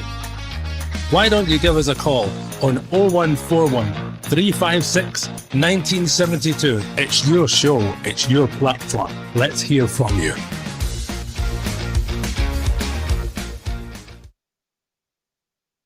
Albert, how does the manager help himself? I mean, stop being stubborn. For a start, that's what he needs to do. Stop being stubborn. Because at the moment, he'll not change his mind about his formation, which is his privilege, mate. He'll live and die by it. And at the moment, the way things are going, he's going to die with it. I'm going to agree with Smurf. We need to be made difficult to beat, mate. The arrogance of the man to walk up there and do what he done on Sunday was criminal, mate. He never even tried to nullify any of them. They know how we should know how they play. We all know how they play. We've watched it for years, so we know how to beat. We've seen Walter Smith put his team out to beat them, but what he did was he didn't even look at any of their weaknesses. He didn't even look at any of their strengths to say, right, we need to watch this. And this is how we stop this. And the one example I'm giving is what he did to Tav. He hung Tav out to dry, by the way. He knows that guy's going to tear him a new one. What do you call him? Maeda. He knew he's going to fly by him. He scored the goal and he had 3 free headers, just for an example. He had another chance that he probably should have scored, but blotted it out of the bar. So you're looking at that and saying, right, how are we going to stop that guy? He never even come up with a plan to say, look, somebody needs to get in front of this Maeda, bump him off, give Tav a chance to get into position, or get in behind Tav, and if he gets by Tav, you catch him. There was none of that, mate. There was not even a plan for any of that. It was just a case of we're going up there to play our type of football, our system, and then we're going to see if it's better than theirs. And it turns out they actually done a number on us. And they do it all the time. They look to nullify us, mate. They nullify us and then they just run out of tap us. So it's time he started saying to himself, I need to really look at them. They do all analytic stuff during the week, but they never actually do. They say they do it, and then I'm looking to say, right, well, how are you going to stop McGregor? How are you going to stop that winger? How are you going to stop? Nothing. What they did to our wingers is just swamped them. They done in the swamped Diomande in the middle of the park. So that's why they stopped us. Once they did that, they're just a case of third man running. 2 passes right through the goal. 2 passes right through. And then falling asleep at the shies. That's another one. That's criminal, by the way. All the Rangers players should be fined for that first goal. The one that stood I'm talking about. I mean, that's falling asleep at a shy. The guy just picks a ball up and shies the ball quick out of your head and away they go. I mean, how many times have we seen that in the last 3-4 years? That is criminal. Aye, but that's criminal, mate. That's doing it to your manager going, you're not doing your homework here. And if you're doing your homework, you're just completely ignoring it. You're just you're looking at the dangers, you're looking at all the problems they're going to create, and just ignoring it. I mean, Warburton used to say, how are you going to do, what's your plan B? Well, my plan B is to do plan A better. That never works, mate. Because if you're only going to stick to one style of football, the team that you're playing, especially all the other teams that are known in Europe, they've got the whole week to practice how to stop you playing. And that's what happens. Kilmarnock do it, Hearts do it, they all do it, Hibs do it, they all do it. And you go there because they know you're not going to change. They know you've got no other way of playing bar that way. And that's what he's getting. He's driving himself right into a cul-de-sac, mate. And he better find reverse gear soon. But Albert, you know something though, that this isn't a new thing, as you say. We all know, but it's no just come on that's been at fault here. You know, you look at the manager's records for Gerrard left the club. You know, with Gio get caught out with a whirlwind at Celtic Park as well, and had a couple of scuddings. Beale had the same, and now we're on to Clermont. We're not learning our lessons. Well, that's down to personnel. The personnel has changed a hell of a lot for Gerrard was our manager. You know, we're only looking at Tavernier that's left at the club now for the European final that took to Seville. So we've changed our personnel on the park. We've changed our managers umpteen times. We've shuffled the boardroom, and we're still, you know, asking questions, asking for teams to go. Take it for how the do we football point solve of view. Like, take it for the football point of view. Now, build on it. I've watched Tavernier, I've watched Matondo, I've watched Diamande, I've watched Suter, I've watched them all turning their back on play. That's criminal at a professional level. It's criminal at an amateur level. But they've turned their back on play. Sunday was the exact same. Turned their back on play, quick to shy, out of their head and away they go again, right? What you need to start doing is, once you do your work on the during the week, or your analytical work during the week, you should have a board right in the dressing room and say, here's the fine board. Anybody gets caught doing any of these things, turning their back on play, getting caught out with a quick shy, and there's the fines. There's the fines there, and it's going to be thousands, mate. Every time you do it, you're getting fined. You watch how smart they all get. You watch how switched on they're going to start getting when it's coming out of their pocket. And that's what's going to happen, mate. That's what should be happening right now. And I'm saying, I'm sick of watching this. Tavernier turns his back on play all the time. And I'm saying, many times you're going to do this, and you're getting caught out all the time. You're not even watching the ball. All of a sudden, it's, oh, I'm not ready yet. Oh, so we'll take it back until you're ready. Aye, so they will. But start fighting them, and you'll see how quick it changes, mate. Honestly, that's my solution for that wee problem. You're a cruel man. Aye. You're a cruel man. It's fair points. It's fair points, but statistically, I've looked at the last 10 games between Beale and Clermont. 6 times we've went 2 goals down on Celtic. You can't afford that because we're putting ourselves under pressure. I think we've lost the first goal 9 times in the last 11 games as well. We keep putting ourselves under pressure. How do we stop that, Bridgeman? Do we go 4-5-4-1? Or, you know, we need to be more compact. We need to be more organised. We need to have more leaders in the team for starters day. Bridgeman and then Smurf. Yeah, we definitely need to be able to do something. Obviously, we're an attack-minded club. Club-wise, we're attack-minded, and if you try to merge something in, we were speaking about a couple of minutes ago. We're saying make yourself difficult to beat. So that goes a wee bit against the grain if you're an attack-minded team. But yeah, some mixture of those two we really need. We need to be an attacking club and run people into the ground. These kind of terms that are in terms of endearment. We need to run over the top of them, run them into the ground, blah, blah, blah, blah, blah. But we also need to make ourselves difficult to beat. And it's getting that mixture. My favourite, at Ibrox, for me, I would be playing 3-5-2 every single game. 3-5-2. No variation, 3-5-2. But you need to get 3-5-2, you need 3 absolutely brilliant, speedy players at the back. That's what you need. 3 big players, hard as nails. Yeah, it's got to be like that. And take no nonsense. And then your 5 really good midfielders can play your football, and your 2 strikers. That's what you really need. I would be playing at Ibrox all the time. But then I don't run the coaching staff or anything like that. But that's what I would love. I don't know if we'll ever get that, because we certainly don't have the players that can do it now. But that's with my ideal. For me, do something like that, and then you would have the safety of 3 really good players at the back that understand what they're doing from a defence perspective. You got a really good goalkeeper anyway, and there you go. So you get 4 areas, 4 people at the back there that know what they're doing at any time of the game. That's what you need. In my opinion, it's as simple as that, but then again, it never is really simple, is it? Right? Aye. Smurf, it's there, it's obvious for everybody to see. It's over 40 years for Aberdeen won the league. So it's a 2-team league that we're in. If we're not beating them, we're not winning trophies. So we not only need to make ourselves difficultly beat in this fixture, we actually need to start winning the fixture. Because as it looks at it now, we're not hurting them. You know, we're not penetrating them. We're not scoring that first goal. That first goal was vital. Now, I know we can say we've been cheated at it. The Scottish Cup game, for example, the Dessers or the Roof one, we were scored first as well. That's obviously there's nothing we can do about that, but we're no learning. We need to start hurting them. When you look at Rodgers' record in this fixture, only one defeat in his last 19, they're basically laughing at us. How do we solve this? How do we change it? Well, I think if you look at how they set up, or forget the set up, how they played, they absorbed pressure against us for 10 minutes.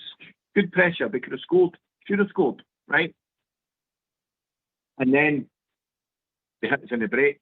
And see, when they press, they all go at the same time. They're drilled. We'll know. And the other thing is, you look at that number 10 we always go. My question is, what's he expecting that number 10 to be doing when we've no good possession? Because to me, the number 10 should be Martin McGregor, out of possession, and gone with him. But then he's getting dragged out of the pitch potentially. So the number 2, he's not a number 10 anymore. So the number 10 thing doesn't work. It just doesn't work. It's redundant. He needs to change his formation, and he needs to be, as I say, more a pragmatist and set up to stop them scoring. And then if you're going to go and hit the break, you all need to go together. And it all comes into coaching. It's the shambles really at the moment. And truthfully and honestly, he's not got the players there to do it. He needs a spine of the team. It's going to take investment. They've got to get players out to get money in. And it's going to take, it doesn't matter who you put in there, there's no fix, because they can't spend the money.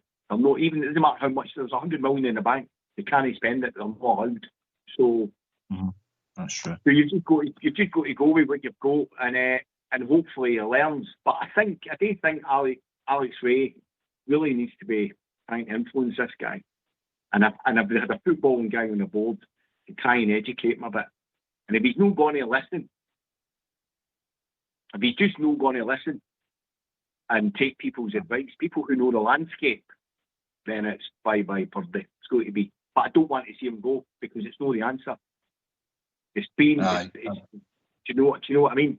That's the last thing you want. But at the last resort, that's what's going to happen. You need to somebody that's going to come in, who's going to listen and understand what you're up against there.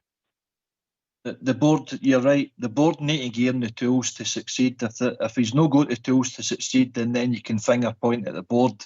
But if the board are trying their best, I mean, we spent what was it, 14.1 million there, which seems a lot of money, but in the context of football days, it isn't a lot of money, but it is for Scottish football.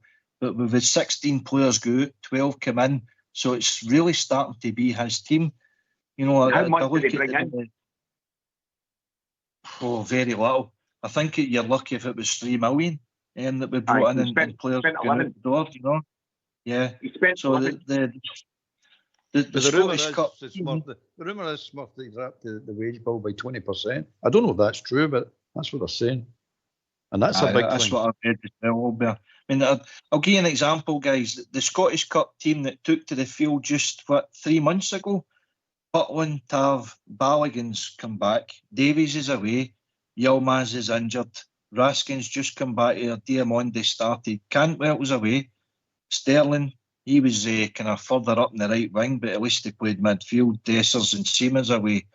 Lundstrom's away. He came on as a sub. Wright's away. McCausland's still there. Seaman's away. And Matondo obviously went off injured. So there is a transition starting to happen with the squad. Obviously, we've downgraded the wage side of things, so you're not going to get the same quality player. But it really needs to start, whatever he's coaching that team into be, it can be better than what we're watching now. Gerrard lost his first game against them, but he beat them at Ibrox. The only thing I would say in Clermont's defence now is in all the games that we've played against Celtic, he's only one game at Ibrox against them. We've been at Celtic Park 3 times and Hampden twice. So that's a big advantage, the home advantage. And that's where Beale had the advantage over him. I think he had 5 out of 6 games all at Ibrox. Smurf. You're right. It's like, if you've spent 14 million and brought in 3, your net spend is 11 million. They would expect to sign one player there for 11 million. That's what you're up against, because their turnover is so much greater than ours. The way the board can support this man, the manager, you know, he's going to go at some point, because eventually, inevitably, all managers leave. To sustainably compete with Celtic, you need to have a comparable turnover, and theirs is 33% bigger than ours. So they need to come up with a strategy to increase the top line, and I don't know how you do that. I'm not a businessman, just an ordinary punter. But the obvious one is increasing the capacity of the stadium. And then, I don't know, things like, remember back in the day, they were purportedly going to be building a hotel, and some sort of initiatives like that, I don't know, whatever makes business sense, whatever these guys are willing to pump their money into. But that's how the boards and the directors and the investors can help a club. It's no taking money and physically buying players and paying their wages. It's an infrastructure that's going to, for the long term, turn the coin and increase the top line. That then allows him to go and have a higher net spending players. This is a project, and it's going to take a few years, really, honestly, a long time to kick in. And we'll just see where it takes us. That's a sobering thought, Albert. But to get back a point that you made there, like, you can get the same calibre, if no better calibre player, just on a better price now. So we're not getting them as much money as we have in the past, like Cantwell, Lammers, Dessers, all these players, Lawrence and all that. So we can get the same calibre, if no better players in. There's nothing to stop us now. We don't need hundreds of millions of pounds. You can build a team on a reasonable budget, mate. You don't have to sit and look at Manchester United as a prime example. I know we're going back to English football. I don't mean to go back. But look at them. They've spent 800, 900, £1 billion, whatever it is. So is Chelsea. And look at the state they two are in. You know what I mean? And all right, Chelsea's starting to play well now, but it's took them 5-10 years to get there. It's not you. So to get back to the point of building a team is just know about throwing large chunks of cash at it. You throw large chunks of cash at teams when you don't know what you're doing, hoping the scatter gun effect. You end up sign 40 players and we actually get maybe 18 and half decent. That's the scatter gun effect, and the Premiership can afford that. But you can get good. You can build a good team, mate. We've already done it. Go to the Europa Cup. We've won the league. We've been doing this, building a good team and won the league. Forget about them and what they're spending. That doesn't make any difference, mate. It's only 11 against 11 on a part. And if you get a half decent players on the part, organised well, know what they're doing, you're a match for anybody, mate. You see it time and time again. Manchester City don't run out of the tap with everybody, do they? Real Madrid don't run out of the tap with everybody all the time. And so it can be done, mate. It's this mystical thing. When you talk about football now, everybody talks about money. But it's not the be end and end all to playing football, mate.